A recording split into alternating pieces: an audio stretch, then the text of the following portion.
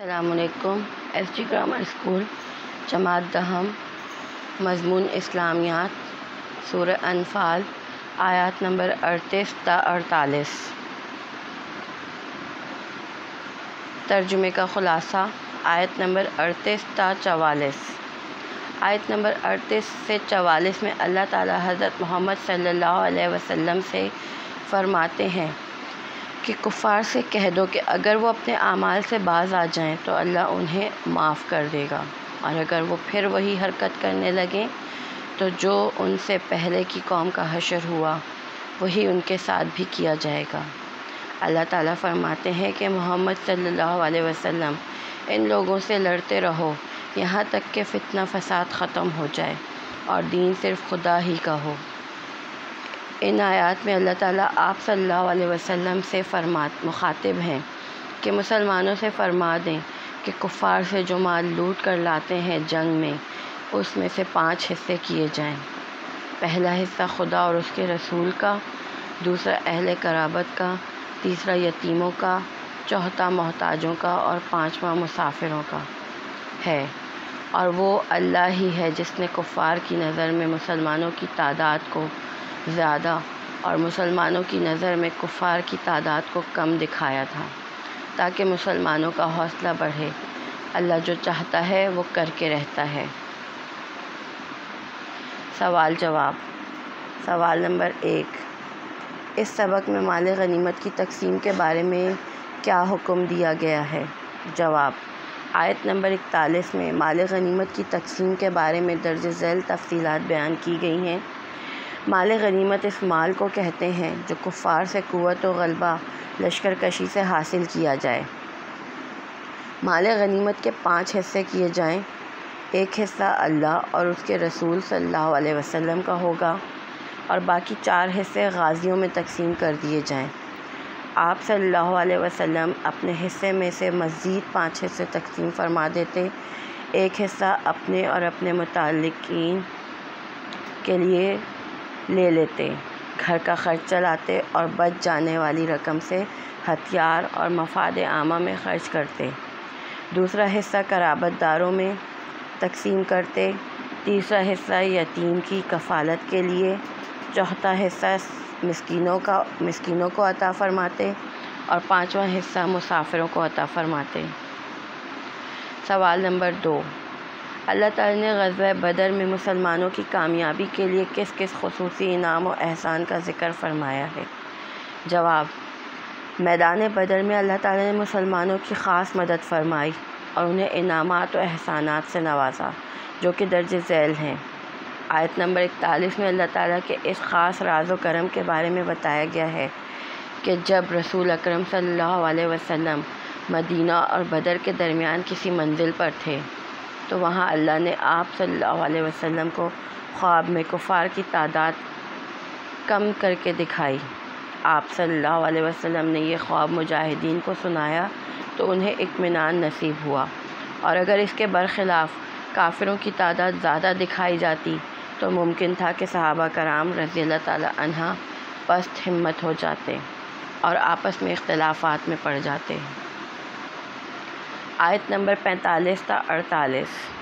ترجمے کا خلاصہ، آیت نمبر 45 سے 48 میں اللہ تعالیٰ فرماتے ہیں کہ مومنوں، جب تمہارا مقابلہ کفار کی کسی جماعت سے ہو تو ان کے سامنے قدم جما کے ٹھہرے رہو اور اس میں اختلاف سے بچو اور صبر سے کام لو۔ اور وہ لوگ جو دکھاوے کے لیے مسلمانوں کا ساتھ دے رہے تھے اور لوگوں کو خدا کی راہ سے روکتے ہیں اور جو یہ اعمال کرتے ہیں تو اللہ ان کو بہتر جانتا ہے۔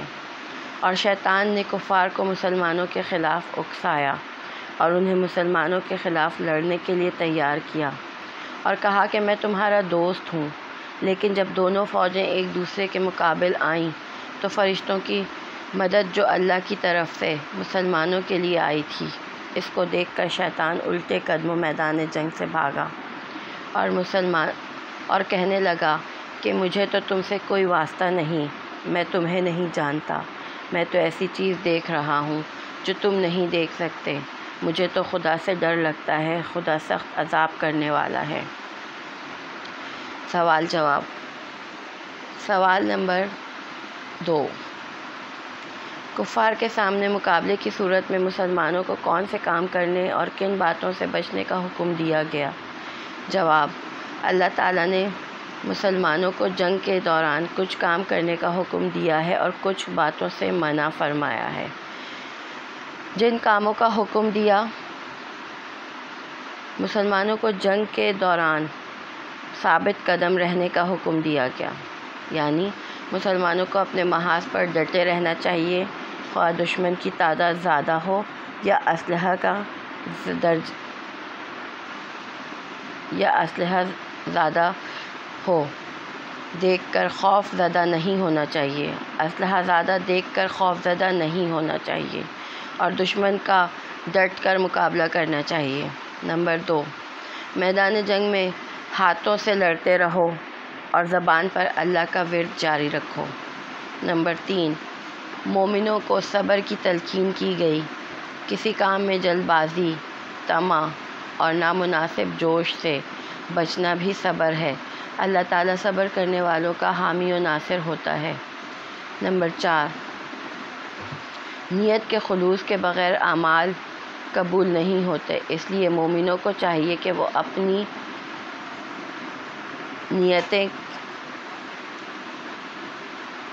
نیتوں میں کوئی کھوٹ نہ رکھیں۔ جن باتوں سے منع کیا گیا، آپس میں اختلافات سے منع کیا گیا۔ میدان جنگ میں سب سے بڑی طاقت آپس کا اتفاق ہے۔ قرآن مجید میں مسلمانوں کو یہ حکم دیا جا رہا ہے کہ اگر تم نے آپس میں اختلاف کیا تو تمہارا رعب اور دبدبہ جو دوسروں کے دلوں میں طاری ہے وہ ختم ہو جائے گا۔ نمبر 2، مسلمانوں کو میدان جنگ میں غرور و تکبر اور اتراتے ہوئے جانے سے منع کیا گیا ہے۔ نمبر 3، مسلمانوں کو دکھاوے اور ریاکاری سے منع کیا گیا۔ سوال نمبر 4، غزوہ بدر میں مسلمانوں کی نصرت کے لیے نازل ہونے والے فرشتوں کو دیکھ کر شیطان کا کیا رد عمل تھا؟ جواب: قرآن پاک میں شیطان کی اس کارروائی کا نقشہ اس طرح پیش کیا کہ جب مسلمان اور کافروں کے دونوں گروہوں نے آمنے سامنے ہو کر ایک دوسرے کو دیکھ لیا تو شیطان ایڑیوں کے بل پھر گیا اور بھاگ کھڑا ہوا، کہنے لگا، میں تم سے الگ ہوں، مجھے وہ چیز نظر آ رہی ہے جو تم نہیں دیکھ سکتے، مجھے اللہ تعالیٰ سے ڈر لگتا ہے، اللہ تعالیٰ سخت عذاب دینے والا ہے۔ کتاب کا کام، صفحہ نمبر 27 اور 28 میں الفاظ، معنی اور عبارات کے ترجمے کاپی میں مکمل کیجیے۔ بچوں، اس لیکچر میں میں نے آیات نمبر 44 سے لے کے 48 تک آپ کو جو ترجمے کا خلاصہ لکھوایا ہے، وہ خلاصہ آپ لوگوں نے کاپی میں نہیں لکھنا ہے، اور سوال جواب جو اس میں سلائیڈ میں آپ کو نظر آ رہے ہیں وہ سوال جواب آپ کو اپنی کاپی میں لکھنا ہے، اور کتاب میں سے آپ کو صرف ان آیات کے الفاظ، معنی اور عبارات کے ترجمے مکمل کرنے ہیں۔ اگر اس سلائیڈ میں آپ کو کسی بھی طرح کا کوئی پرابلم محسوس ہو رہا ہو، کچھ سمجھ نہیں آ رہا ہو، تو جب ہم اسلامیت کی آن لائن کلاس لیں گے تو آپ مجھ سے اس سلسلے میں ڈسکس کر سکتے ہیں۔ اس سلائیڈ کو غور سے دیکھ کے دھیان سے کام کیجیے گا اور اگلی سلائیڈ کا انتظار کیجیے۔ انشاءاللہ ملاقات کرتے ہیں، تب تک اپنا بہت خیال رکھیے۔ اللہ حافظ۔ Stay home, stay safe.